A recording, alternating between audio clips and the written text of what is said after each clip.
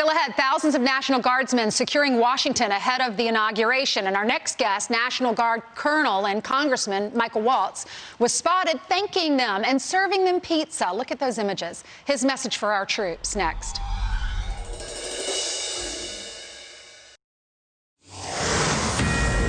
Back with a Fox News alert. Security ramping up down in D.C. ahead of the inauguration. A 7-foot-tall fence, look at that, topped with barbed wire, is put up all around the Capitol building.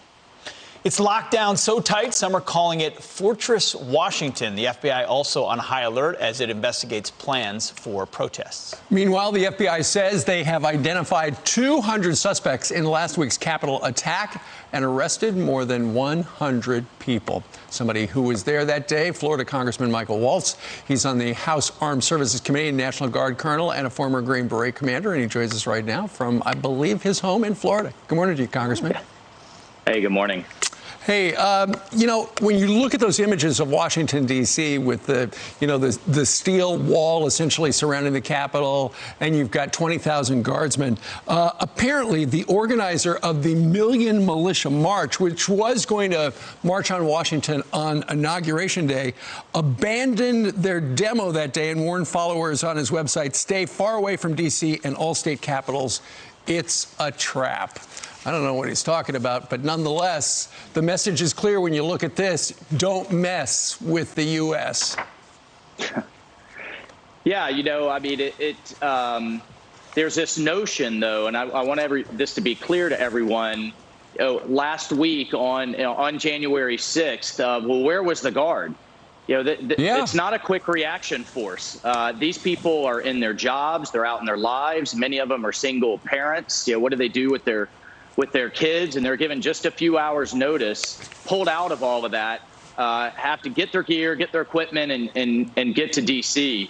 When I saw them out there, I've been there before, when I saw them out there sleeping on the floor and, you know, staying warm as the best they could. You mentioned before we rounded up a bunch of members to get them pizza and to make things a little bit more comfortable. The other piece is that Army Secretary McCarthy, I think, is doing a good job in getting an overwhelming force there very quickly, working with the governors and having that deterrent effect. I do worry if there are some protesters or are some armed protesters like some have called for. I'm glad to see this called off by that organizer.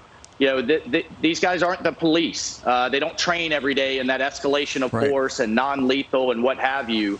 And we just have to remember those are U.S. citizens. Those are fellow Americans on the other side of that fence. Yeah, good point. So Joe Biden has released his $1.9 trillion relief package, and here are some of the things it includes: a $1,400 stimulus check to every American. He's already given out the $600, or they've already gotten the $600, and he wants to increase it to a total of $2,000. Raise the federal minimum wage to $15 per hour. $400 billion for fighting COVID-19, $350 billion for cities and states and territorial governments. And those are just a few of the highlighted things that he wants to do. And then he's talking about a recovery package for February. What are your thoughts on this? AOC says it doesn't go far enough. She wants retroactive unemployment relief. And she says $2,000 is $2,000, not $1,400. So she wants an additional $2,000. Because that's what Joe said, $2,000 checks. Yeah, right. Look, what this is a bailout package for blue states with their bad policies, for their lockdown policies. You know, the best stimulus that we could have as a country is to allow the economy to smartly and safely open, like we've done in Florida. Kids have been in school in person since last August, and we're not having a statewide meltdown. You can wear masks and space out and go to school, because why we take the approach of letting business owners and individuals and families make those smart decisions rather than these mass policies from lockdowns. And our numbers aren't any worse or aren't any different than California and New York. But, you know, now they have these massive state budget deficits. They've got to fill that hole. States have to balance their budget. The federal government doesn't. So AOC and now Joe Biden are going to the big piggy bank in the sky that prints nonstop money. Here's the thing, guys. Our spending package that we passed was $1.5 trillion. We've now spent over $6 trillion and counting.